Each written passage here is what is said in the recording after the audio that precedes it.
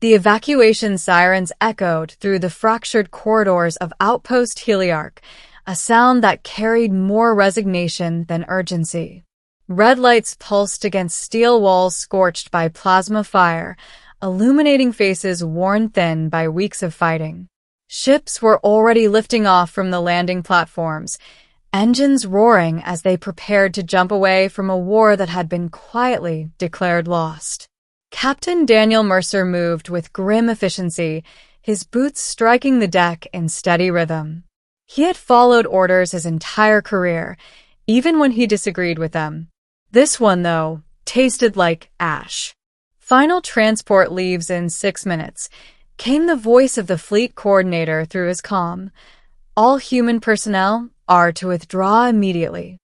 Daniel didn't respond. He already knew. Heliarch had once been a symbol of cooperation, an alliance hub between humans and the Kavari, a warrior species known for their strict honor codes and unyielding defense of their worlds. Now it was rubble floating at the edge of a contested system, surrounded by the relentless advance of the Vorn Dominion. The galaxy had decided Heliarch was no longer worth saving. Daniel turned a corner and nearly collided with someone far larger than himself. The Kavari warrior steadied him with one massive, clawed hand. "Tarek," Daniel said quietly. Warrior Commander Tarek's armor was cracked, its once polished obsidian surface dulled by scorch marks. One of his 4 eyes was clouded, the result of a recent blast. Yet he stood straight, towering over Daniel like a living monument to defiance. "You are leaving," Tarek said. It wasn't a question. Daniel clenched his jaw. "All human forces are withdrawing. The fleet's pulling back to the inner systems." Tarek's mandibles twitched, a Kavari sign of restrained emotion. "And the Kavari?" Daniel hesitated. No evacuation orders were issued for non-human forces. Silence stretched between them, broken only by the distant rumble of explosions. "You told us we were allies," Tarek said. "You told us humans do not abandon those who fight beside them." Daniel felt the words like a blade. "I believed that when I said it." Tarek stepped closer, lowering his massive head until his eyes were level with Daniel's. "Then believe it now," he said, his voice rough and low. "Human, don't leave us behind." The plea wasn't dramatic. It wasn't shouted. That made it worse. Daniel looked past Tarek toward the viewport at the end of the corridor. Another transport launched, streaking into the void. Each one felt like a door closing. "I don't decide this," Daniel said, though the words sounded hollow even to him. "Perhaps not," Tarek replied. "But you decide who you are." The first time humans had encountered the Kavari, it had ended in bloodshed. Miscommunication, territorial fear, and weapons raised too quickly. It took years of careful diplomacy and shared enemies to build trust. Daniel had been there for much of it, fighting shoulder to shoulder with Tarek against pirates, slavers, and border raiders. They had bled together. Now, the Dominion was different. Vast, methodical, unstoppable. They consumed systems the way fire consumed oxygen.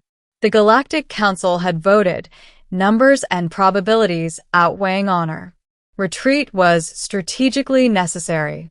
Daniel activated his comm again. "Fleet Command, this is Captain Mercer." "Mercer, where are you?" the coordinator snapped. "You need to be on the transport now." Daniel glanced at Tarek. "I need clarification. Are we leaving Allied forces behind with no support?" A pause. Then, colder. "Captain, your orders are to evacuate human assets.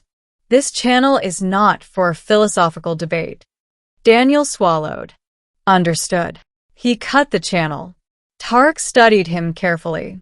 "Your people fear extinction," the warrior said. "So do mine." "I know," Daniel replied. "Then why is your fear greater than your word?"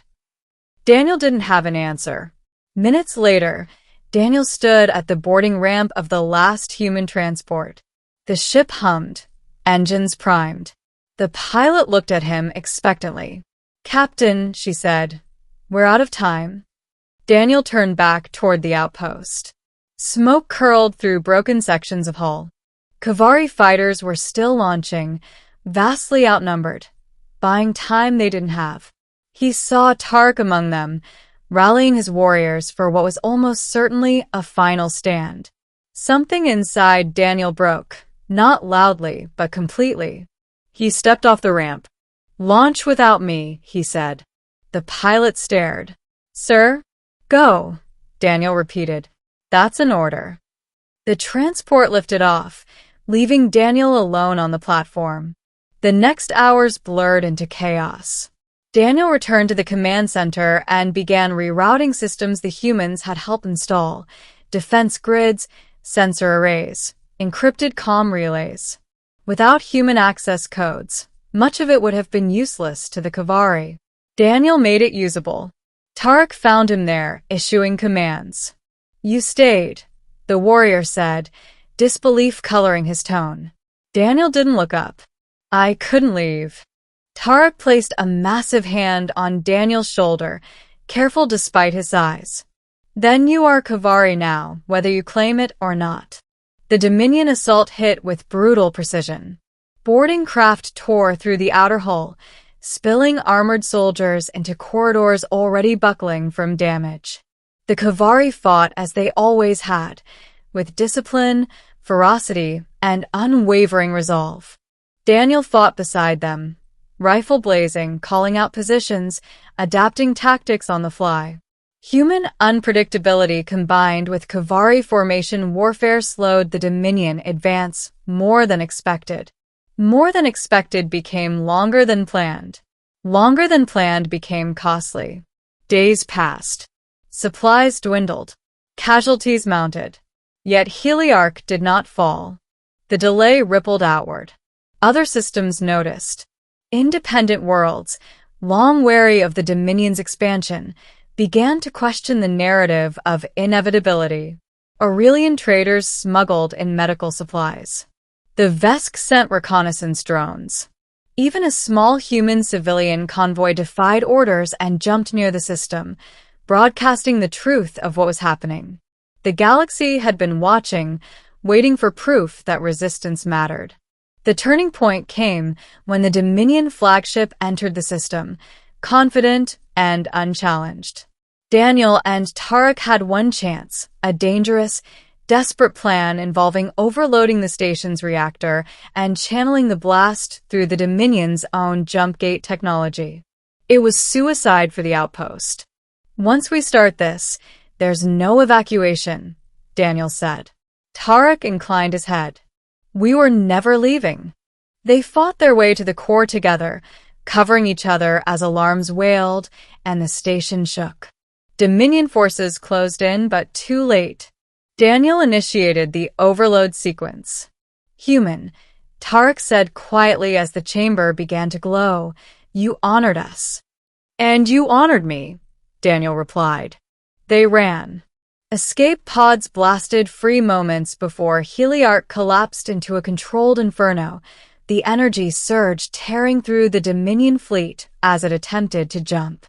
The flagship vanished in a violent distortion of space. When the shockwave faded, the Dominion was gone. So was Outpost Heliarch. Daniel awoke days later aboard a Kavari medical vessel. His body ached, but he was alive. Tarek stood nearby, armor removed, ceremonial markings painted across his scarred skin. "The Dominion has withdrawn from this sector," Tarek said. "Other worlds are rising. Your defiance showed them the cost of conquest." Daniel exhaled slowly. "I disobeyed direct orders. Earth won't welcome me back." "Then do not return," Tarek said simply. "Stay. Teach us your chaos. Learn our discipline. Together, we endure." Daniel looked out the viewport at the stars, vast, indifferent, but no longer silent. "I stayed because one warrior asked me not to leave," Daniel said. Tarek's mandibles curved in what passed for a smile. and because one human proved the galaxy wrong. Ending in the years that followed, the story spread across star systems, not of a great fleet or a powerful empire, but of a single human who stayed when retreat was easier. The phrase, "Don't leave us behind," became a rallying cry among worlds long accustomed to being sacrificed for convenience. Daniel Mercer was never reinstated by Earth's military. Instead, he became something rarer, a bridge between species, a living reminder that alliances were more than treaties. And whenever the Kavari honored their fallen, one name was always spoken among their own: the human who stayed, the human who listened, the human who did not leave them behind.